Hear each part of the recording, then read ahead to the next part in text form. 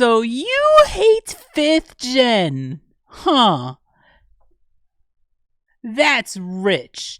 Oh, you hate 5th gen. We want to live in the past in 4th and 3rd gen. At least that's what the results of K-Pop Madness are telling me. Because guess what? There are no more 5th gen groups remaining. They were all booted out for the 4th and 3rd gen people we love. Because we're not ready to move into the future. And you know what? That is fine. It's what you guys want. So if that's what you all want at the end of the day, sure, we'll stay in 4th and 3rd gen for at least another year before a serious threat in 5th gen comes and, knocks some of these groups out. Because if you look at the results from last time, there are no 5th gen groups left. It's all 4th and 3rd, and primarily 4th gen. I see you guys are loving 4th gen. So let's dive into this. Again, if you're really busy, you just want to jump into the voting, it's in the pinned comment as usual. If you want to chill with me for a few minutes, I'm going to go over the rounds from today, and we'll start up here and work our way down. So we have 2 more rounds after this before until the finals, right? So we have this, then the quarterfinals, semifinals, and then finals. So I don't know what I'm calling it yet. You're going to see on the sheet that it's like a mix of both. I don't know if we're having another round after the semifinals. Basically, I don't know if we're doing a 4-person vote or a 2-person vote for the top 4. I'm still deciding that. We'll see. If you have an opinion of how you want to do it, let me know in the comments. But for now, let's look at the 3rd round matchups. We have the defending champs of Idol taking on Card. And the storyline here, from what I can tell, is Idol is the defending champs. They are, the favorites to win this because they won last year. If you want the favorite to win, you would be voting for Idol right now. It's like, we'll see if they can be the 3rd group along with Dreamcatcher, Stray Kids, and it'll be Idol that can win 2 K-Pop Madnesses, which would be an interesting pattern. And then Card's fighting them because they're the only co-ed group and really irrelevant in K-Pops, and I think making it far in K-Pop Madness to the top 3 even is going to say a lot for co-ed groups in K-Pop and what you guys are feeling about those.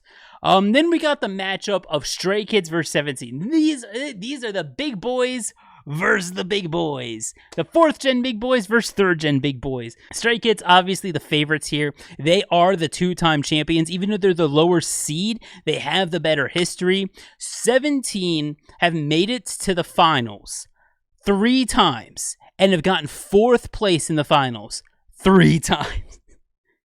17 has been the least most successful group ever. They've gotten 4th place, 4th place, 4th place, and then, recently it's been more out earlier, but that's crazy that they've gotten there 3 times and never gotten a podium spot. So we'll see if 17 can fight to finally get a podium spot. They are the higher seed this year, so we'll see. But we got mamamoo versus ateez. So mamamoo is kind of similar to 17, but with a little more success. They've made it to the finals quite a bit. They have 2 bronze medals. They've gotten 3rd place twice, and they have quite a bit amount of wins over the past 6 years, but they've never won before. And we're going to see if they could win, but they're going to have to take down ateez, who are going to be bloodthirsty for that avenging game, this avenging round for their little bros of psychers, man. ateez, they're going to be coming for Mamamoo. I feel like this is going to be a hard one for Mamamoo because Mamamoo didn't win that easily against psychers. And, we got the SM battle of Red Velvet versus EXO, which should be interesting. Again, they're extremely even. SM and SM, they both have 15 wins in the history of K-Pop Madness. They're both 15-6, dead even.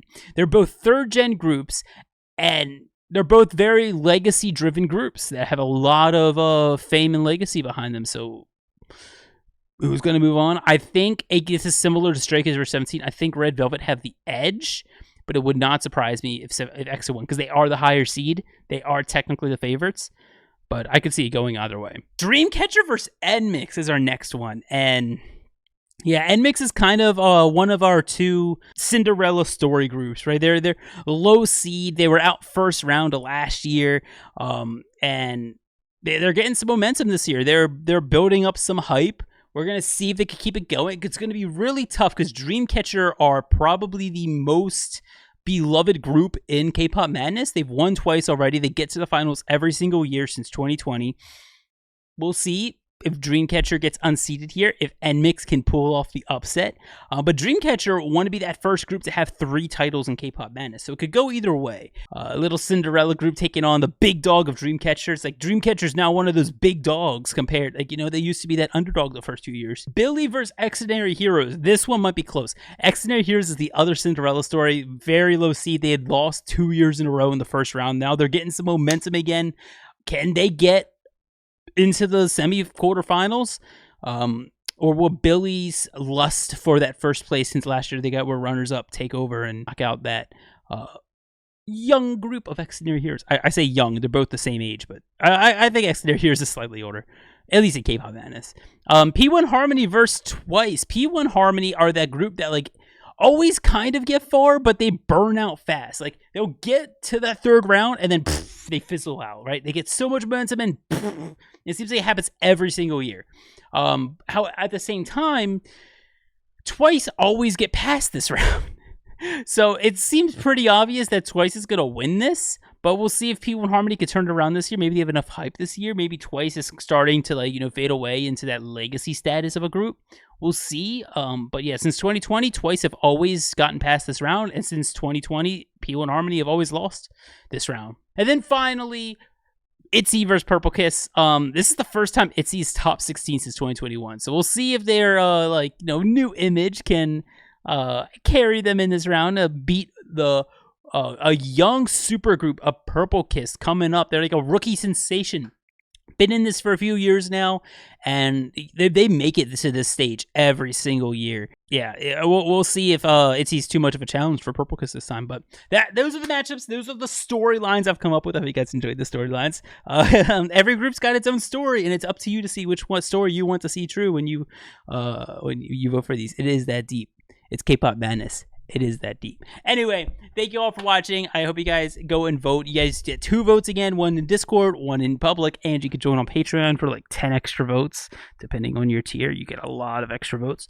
I'm just saying. So if you have the means to do so, come join me on Patreon. But let me give some shout outs to those amazing people on Patreon, because I could not be making these videos without them. And if you would like a bunch of reactions, VODs, and just to be able to support me monetarily, since I don't make any money from these videos, I would really appreciate it. So shout out to all these amazing people. Wookbook, our car key legend right now, Arston, Laura Fernandez, Griffin Chiavo, Miyu's Ribbons, Sayway, Sophie, as well as all of our car keys of Austin, Blaha, Caitlin Gervin, Daniel DeLeon, Deadboy, Errol, Farhan Fleur, Ghost Jenny, Hannah, Just a Penguin, Multi26, Nova Light, Rai Rai, Sonia Augustin, Valtini, and Vanny Yan, as well as everybody on that VOD tier, guys. I appreciate you so much. Thank you for being on Patreon.